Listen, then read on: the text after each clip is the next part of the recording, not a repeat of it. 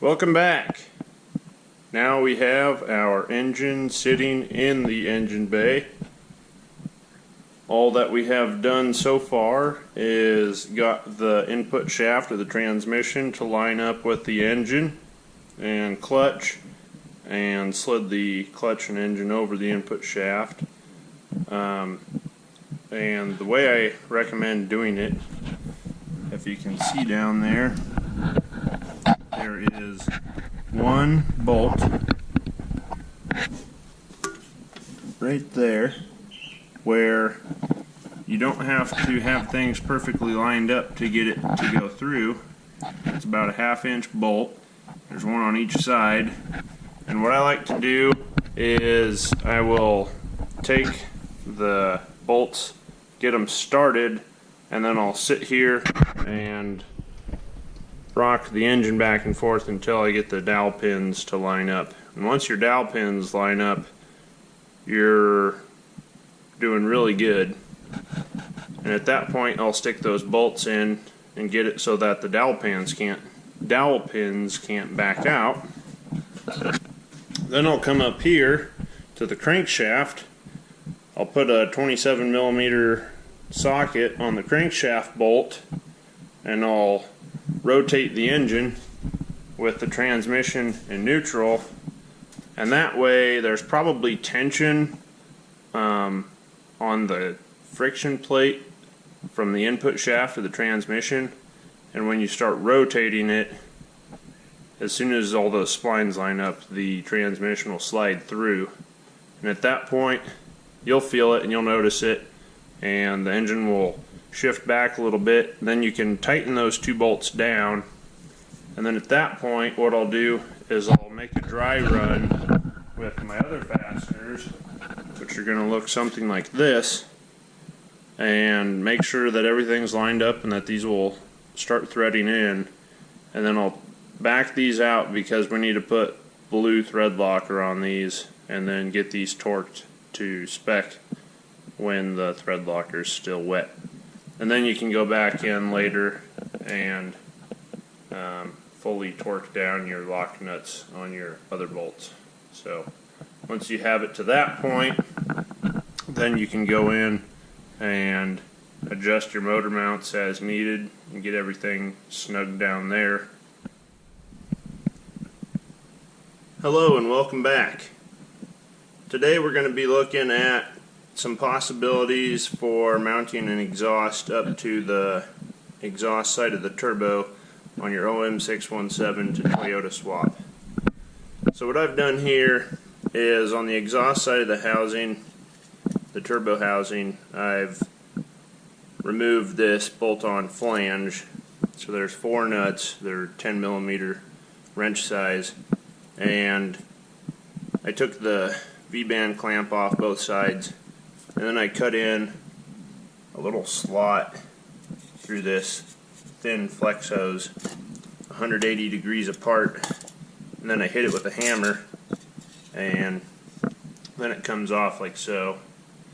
And now what we can do is take this guy out, and then what we'll end up doing is we'll actually be cutting this V-band portion off, and then we'll be doing one of two things.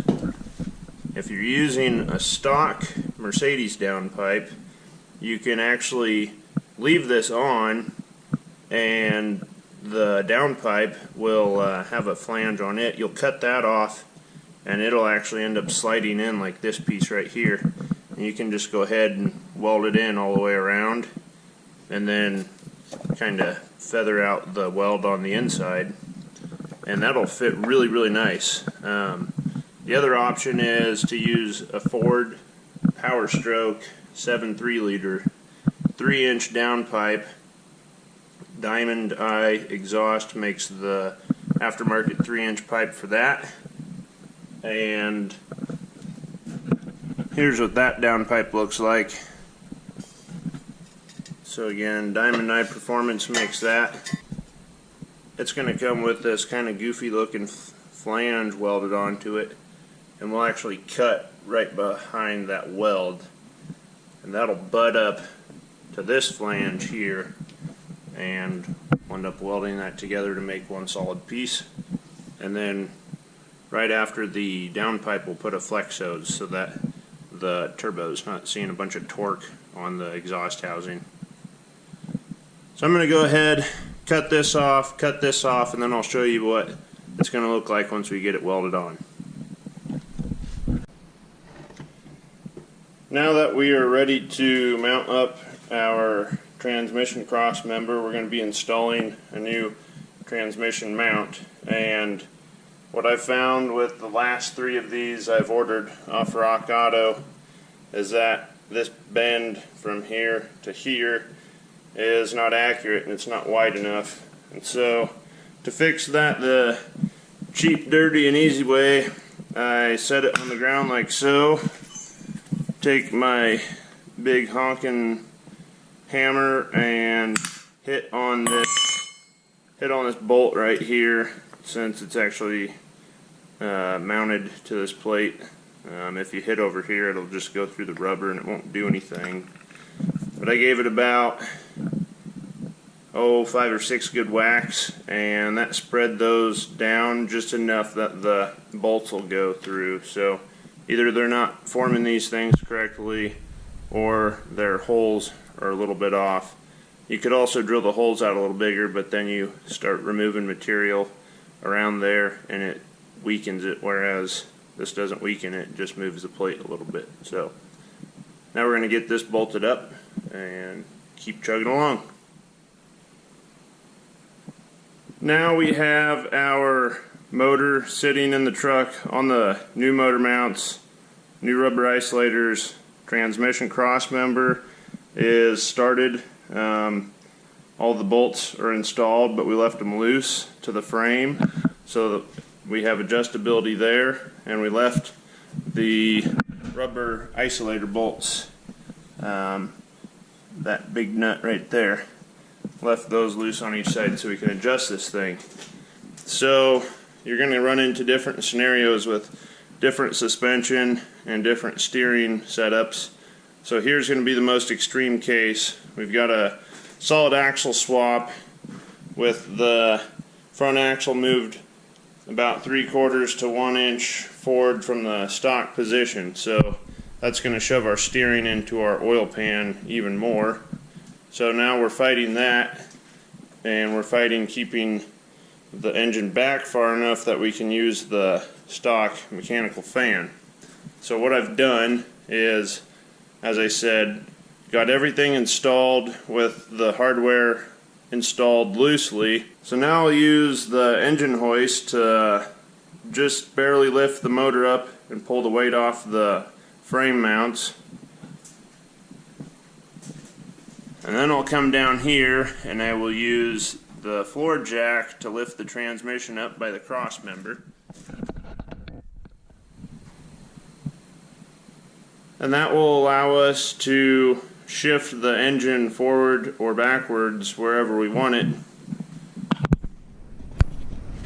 And the rubber mounts for both the transmission and the engine have some give to them, but that's why your motor mounts for this are slotted, so that you have all of that adjustability that you need. So the next thing we're going to look at is our steering.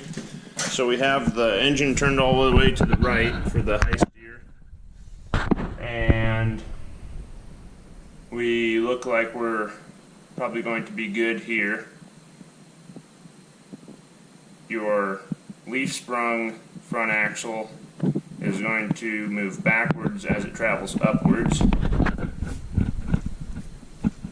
So you don't need a whole lot of clearance with the oil pan, because it's actually going to move backwards and away from the oil pan as it travels up. Now up front we have the shorter motor mounts installed here, and so with this setup, there's about a finger's gap of space between the fan blade and the frame cross member there, and we're actually lined up with our radiator bracket / core support cross member. So one thing we are addressing here during this swap is I'll be modifying this bracket for this project as well as for future runs of these parts by removing a little arc here just to give us a tiny bit more clearance between the fan and the cross member.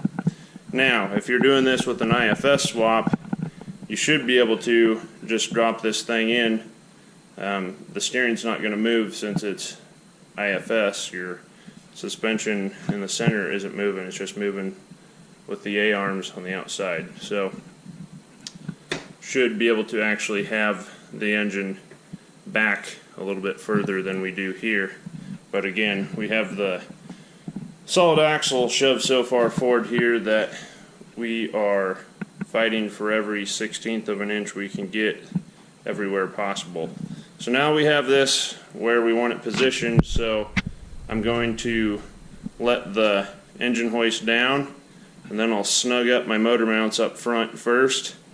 Then I will snug up the bolts to the frame for the transmission cross member, and then we'll be set. And then the next thing we can move on to is doing a final welding of our cooling kit for the radiator to get that positioned, since the motor's no longer going to be moving. So we'll get this tightened up and we'll be back to finish the cooling kit. One other tip I will give you is if you have some real tight tolerances you're working with on your swap because of your high steer and that sort of thing, one thing that makes it really nice to position the motor is to install a tie-down strap, put it on your motor mount, and then stick the other side to your frame on both sides of your engine, and then you can use those to pull the motor forward, and then it's pretty easy to pull the motor back because you just hook onto the transmission cross member to pull back there. So now we have this thing positioned pretty precisely where we want it. So with our steering chalked all the way over, it's kind of hard to get an angle where you can see that, but we're just about maybe 1/8 of an inch underneath the oil pan at full lock to the right.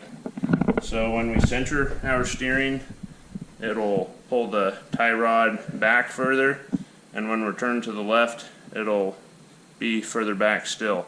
So what that's going to do is when the axle moves up, it'll move back, so we'll have plenty of clearance there.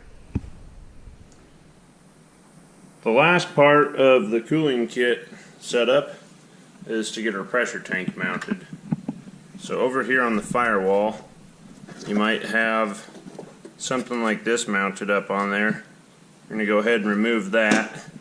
There's 2 factory weld nuts in the fender, which I have the fender off so we can see those right now. There's one there and there. We're going to utilize those and the factory hardware to mount this bracket on. So here I have the bracket shown that allows you to weld in a aftermarket air filter intake inlet so that it sucks air from the fender well, so it'll get cool, dry air. You might also have just a straight bracket that comes straight across. Now you will probably have to drill out the holes on the 3 sides of your pressure tank to get the hardware to fit through. They're just slightly undersized. We're going to leave this top hose. This is going to be your vent hose if your pressure relief valve on the cap up here opens up, so just route that down somewhere where you're okay with your coolant dripping out. This top hose we're going to pull off and remove completely. And we have our heater hoses installed, so 5/8 heater hose, about 4 foot of it. You get a barbed connector just straight through. That'll link right up to the Mercedes hose if you left yourself that when you cut it off. The other end just goes straight up to the Toyota heater core, and then leave yourself enough room to route it however you want. On the other side, I'm try to get in here and show you what you want to keep. This is the Mercedes hose coming up, and we have a barbed fitting that's a 90 degree, and it literally just perfectly mates up to the Toyota, like so. So if you keep the Toyota hose, keep the Mercedes hose, you're gonna be loving life. And if you don't, I guess I'd suggest ordering some new hoses, because there's nothing else I've seen that makes these kind of funky bends. You basically got a 90, it's actually over 90 degrees coming up off the head, and then at 90s back towards the firewall, so it's pretty weird. Now we really don't have a whole lot left to do. I'm just tidying up, mounting my radiator hose to my adapter and then into my radiator, and I'm going to be finishing up down here. This one's always probably the most fun thing about this swap, but not really. It gets pretty tight, and it might take you a couple tries, but once you get it trimmed up, once you get the hoses trimmed how you want and get it tightened, it works just fine. So just be patient with that one. So what we've gone ahead and done is installed this bracket here that the pressure tank from the Mercedes bolts down onto, and then the upright bracket here. So you run one of your bolts down through there, and then run this little guy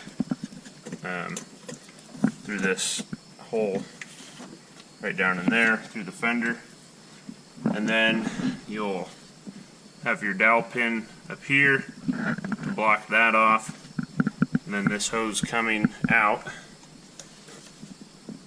is this guy here. You're going to get one of these adapters, so this will plug in to this big hose here, and then you'll get another hose fits on that, and that is actually the stock Mercedes radiator hose, so you can go ahead and keep that if you want, and then that'll just plug in over this nipple here on the radiator.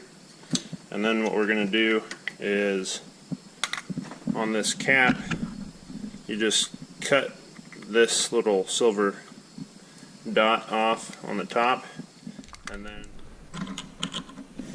so after you cut the top off, this will pull off the radiator cap, and that's what you'll be left with. Well, this bigger diameter gasket right at the head of the cap will actually seal against this, but when you remove the rest of this stuff, then it's no longer sealing down in here on this inner hole. And what that allows is fluid can come in through this hose, and so now the pressure will actually bleed off here if the system gets pressure. And so now you can fill this up, it'll gravity feed down through here, and then it makes purging air out of the system a lot easier. But to speed things up tremendously, I'll fill 90% of the cooling system right here until I can barely get any in without it overflowing out, and then I'll seal everything up and finish through here. Once you get all that completed, then you can run the engine up to operating temperature, leave it sit there for a couple minutes, and then shut it off and let it cool down, and then check the level of your pressure tank one more time, because it'll probably take in a little more water. And you'll want to watch that for the first 100 miles after your swap's complete. Just keep topping it off, and eventually you'll get all the air out. But these engines are pretty finicky when it comes to getting all the air out of the cooling system. It can be a little bit of a challenge sometimes. Today I'm going to be showing you how to adjust the valves on your OM617. First thing we're going to do is gain access to the valves. So the first thing we're going to do is gain access to the valve adjustments. To do that, we need to remove the valve cover. So remove the air filter housing, remove all the stuff off the top, linkage wise, and there's a fuel return line that goes from injector 3 to injector 4. Usually it'll route down and it'll clip on to the throttle lever here. So you'll want to unclip that.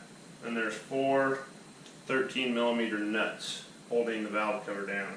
So we've already gone ahead and removed everything and taken the nuts off. Now we're just going to pull straight up.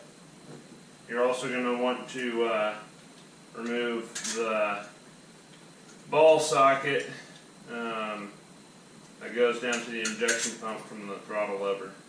You just stick a screwdriver on there, pry it off, and then when you go to reinstall it, put a little bit of grease on there to keep that lubricated, and it'll come off a lot easier next time too. We're going to pull straight up and off. You'll just kind of have to push the fuel return lines out of the way.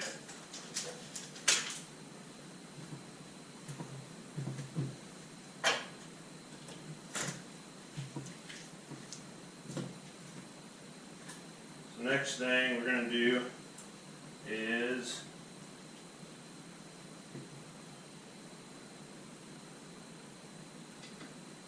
find top dead center for each valve to start doing the valve adjustment.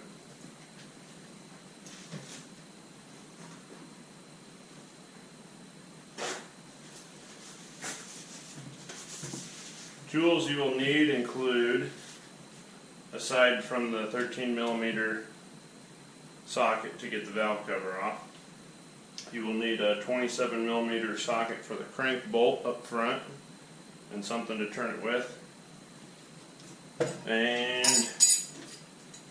2 14mm open end wrenches.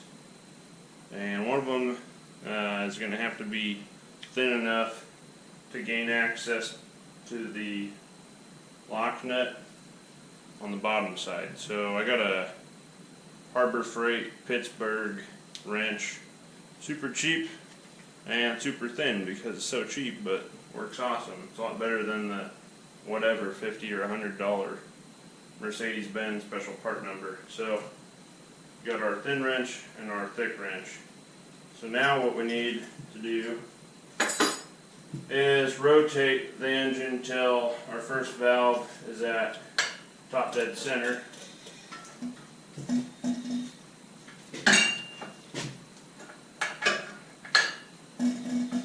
Always go clockwise from the front of the engine. If we're looking up here, we have this bar running across. You're going to want to point the top of the lobe, or the point of the lobe, at this bar, and that's going to give you approximately top dead center. The order for the valves are starting with exhaust, intake, intake, exhaust, exhaust, intake, intake, exhaust, exhaust, intake. And the spacings are going to be the 35mm for the exhaust and 10mm for the intake. And basically you're going to slip the, once you get to top dead center,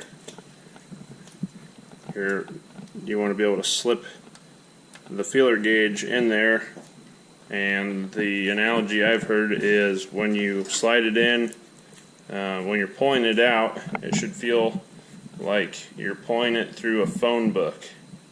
So take a phone book, put this in the middle of it, and you should just feel a very slight drag, and that should tell you that you're at 0.35 of adjustment on your valves.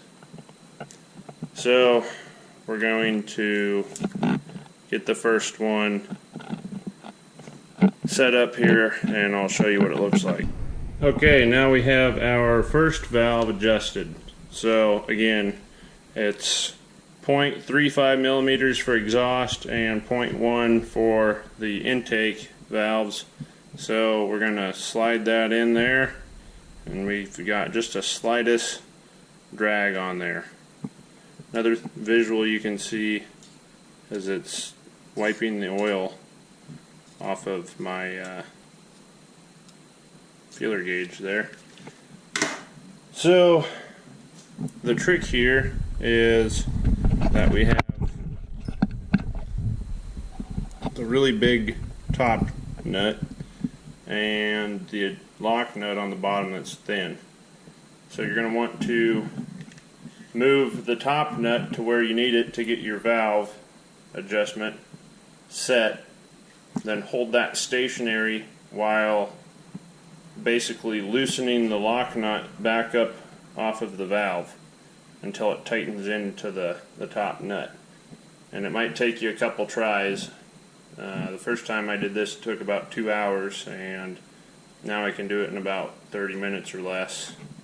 You'll want to do this basically once a year, or approximately every 15 or 16,000 miles, but I usually just do this one in the summer when it's nice out and I can feel my fingers, because this isn't one that you want to do in the dead of winter. So we're going to go through and adjust all the valves, and that's all there is to it.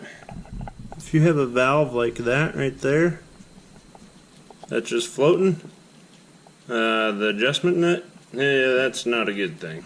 And when it comes to adjusting, if I have it in the ballpark, you know, about that much movement will take you from not being able to get your feeler gauge through, and that'll be too loose.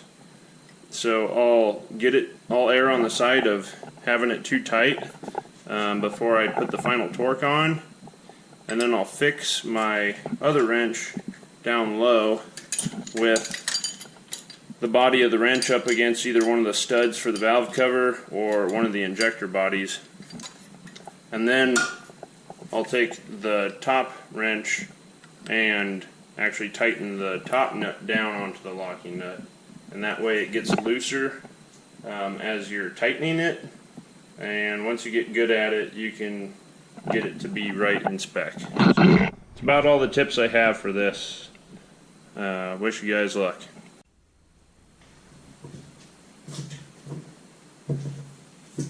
I'd like to show you today how we're going to install an aftermarket water temp sensor probe.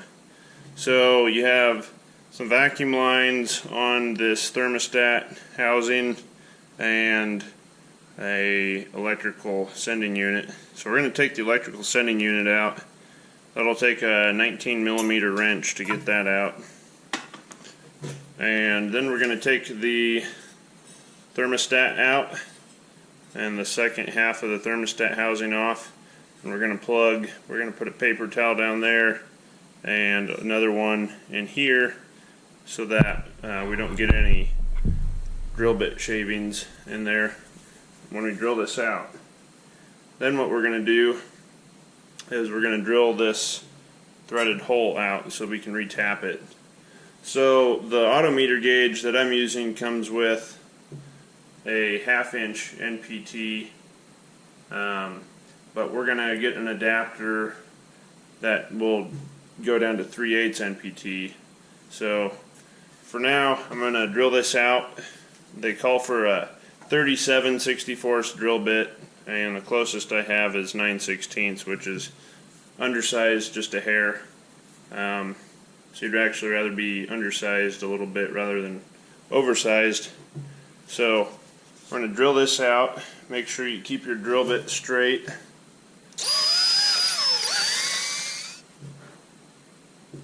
So the next thing we'll do is we'll tap the threads in for the 3/8 NPT.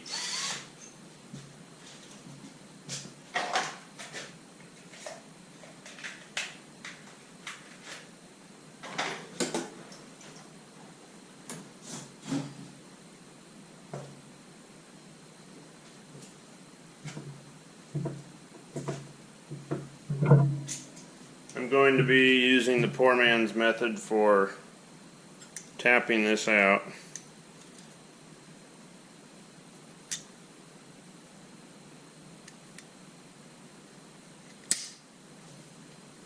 I don't have the right tap wrench for this, but with the right size and being aluminum, this should tap very, very easily. So you just want to keep your tap parallel with the axis that the drill bit went in, and the most important thing is just getting it started.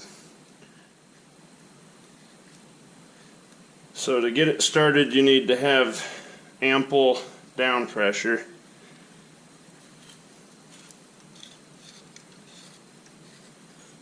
Once it's started, it's going to want to go down on its own. So at that point, you can rotate your vice grips and simply go from the side. I'm actually going to grab an adjustable wrench.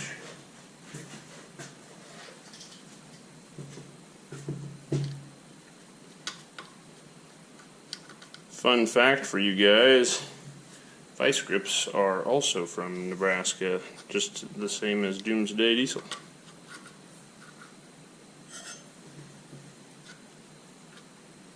It's actually only about an hour and a half away from here.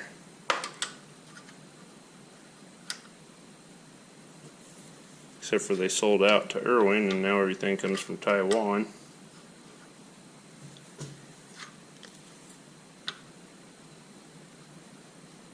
So we don't want to overdo it when we're doing this 3/8 inch NPT tap.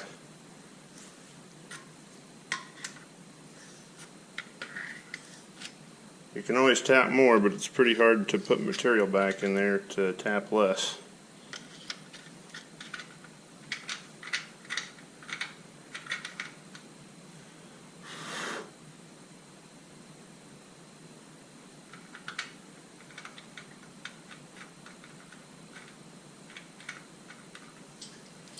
I basically just want to see threads. This is about 3/4 of an inch deep that we drilled through.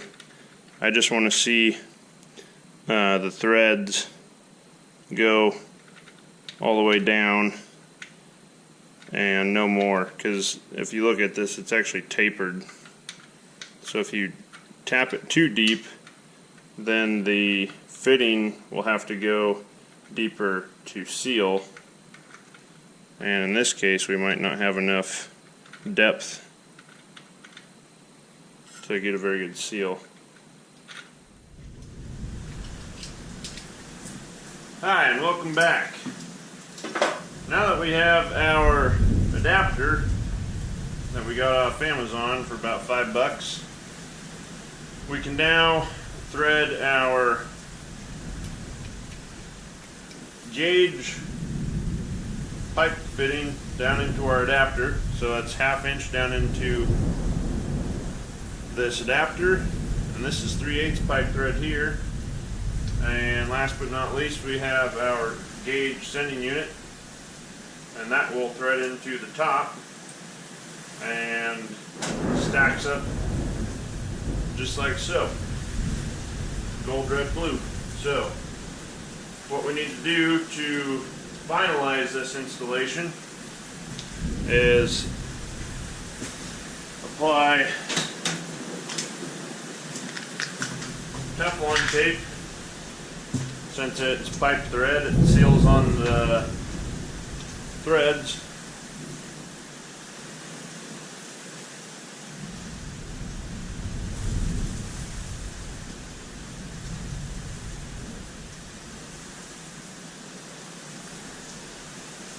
The way I usually like to install these is I'll start the bottom one first, but I'm not going to run it all the way down tight.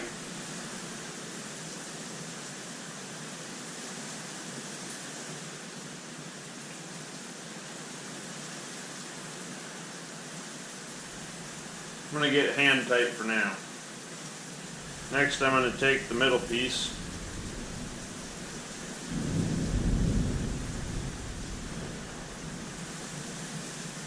get my Teflon tape on this one.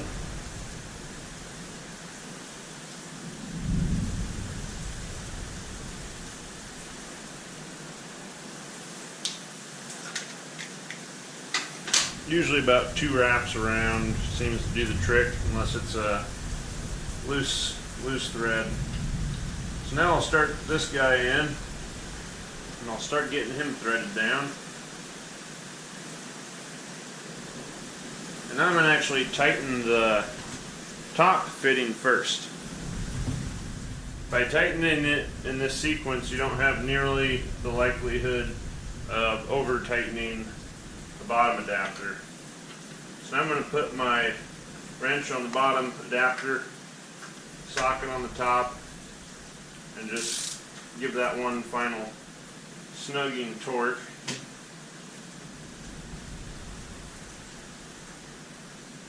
And then finally, I'll tighten my bottom adapter into the thermostat housing.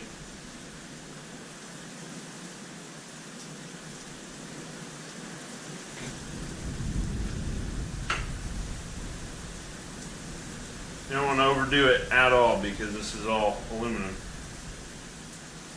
You strip this out, you're going to probably end up needing to replace that part on the side of the head. So this last piece here comes down from the top. It does not need Teflon tape. It doesn't seal on the threads like a pipe thread. As you can see on this blue piece on the top, it's got a chamfer on the bottom, and then in our base side on the red piece in the middle, it's got a chamfer on the inside. And all this is going to do is thread in, and as it threads in, it pushes this brass piece down, and this brass piece also has a chamfer on it, so it's what they call a compression fitting. So as you tighten it, it's going to suck it down until it touches, and then the last couple threads is just going to put a torque on it. We're just going to thread that down in there by hand, and then we'll finish it up with about a half or a quarter turn with a wrench, and that'll be it.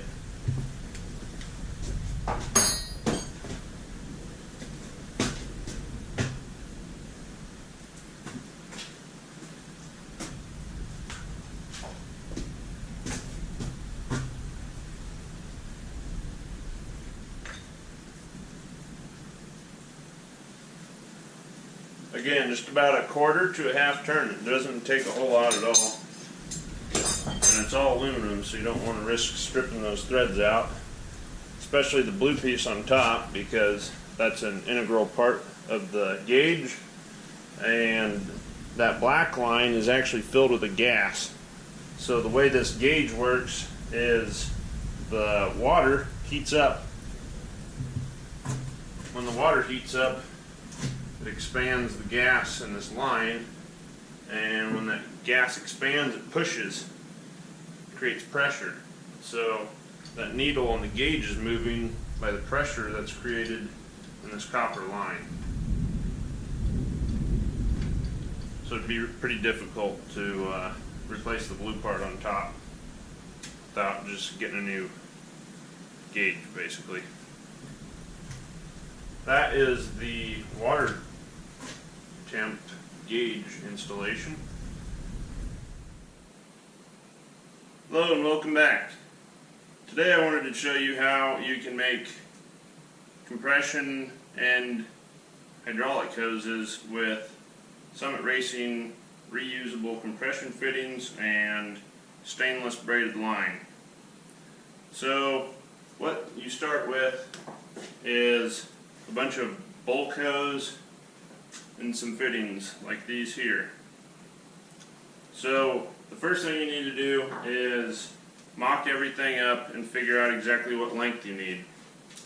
So this one is an example of a finished product that's ready to bolt on, and as you can see here, this end swivels and the rest of it doesn't. So once we know what our length is, we're going to mark it, and we're going to tape the ends off with electrical tape, and you're going to pull real tight on that tape, because what the tape is for is to keep the stainless braided portion from burring out and spreading out. The next step is going to be to grab your fitting, and you'll actually thread this back part all the way off. You'll have to take your tape off. Don't want to leave that on. Be careful, because the stainless steel burrs are really sharp and can cut you pretty easy. So now that we have our end, I'll give you a close-up of that. You can see how clean that is. So now we're going to take this end here, and it's got kind of like a Scotch lock on an electrical wire. It's got a threaded ID portion to it. So you get that started over the hose, and then it'll thread down on, and it'll bottom out tight to the point you can't turn it anymore. So now I have my 1 1/16 closed-in wrench, and I'll have the wrench oriented this way. I'll put it over here, over this fitting first, and then take the other half of your fitting. It's got a coned portion and then some thread, so the coned portion helps you get started into the hose easier. And all you got to do is get that thing started. Just get the thread started. Make sure you're not cross-threading at all. I think we were cross-threaded there for a second. You should normally be able to get it in maybe 3 or 4 turns by hand. So it should go about 1/3 to 1/2 of the way in by hand. Then I'll take my inch wrench, 1 inch, and I'll slide it over.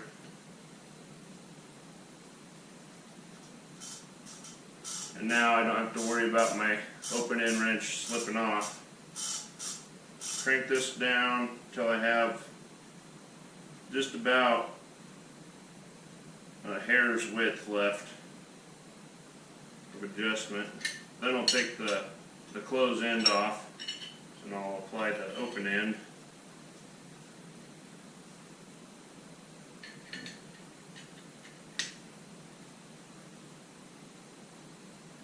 And it's going to snug up at the end. It's going to tighten up.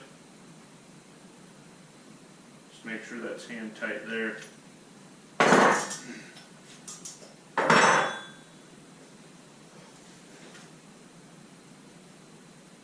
Now this end will rotate here. And that is how you install Summit Racing's reusable compression fitting. So now if you ever want to take that off, you do it in reverse. You thread this off, and then the outer shell will just simply pull off. So there you have it. So the next time you see me, we will be wrapping up this swap in our last part of this series, and I'll be going over some of the wiring as well as what gauges I use. I'll probably do a couple drive-by videos, and we'll show you how things turned out, and we can report on our mileage with the swap. I can also go over a couple quick tips on things to watch out for and maintenance tips for your OM617 swap as you go down the road. It won't take you long, and you'll be putting 10 or 20,000 miles on your truck. So we'll see you next time.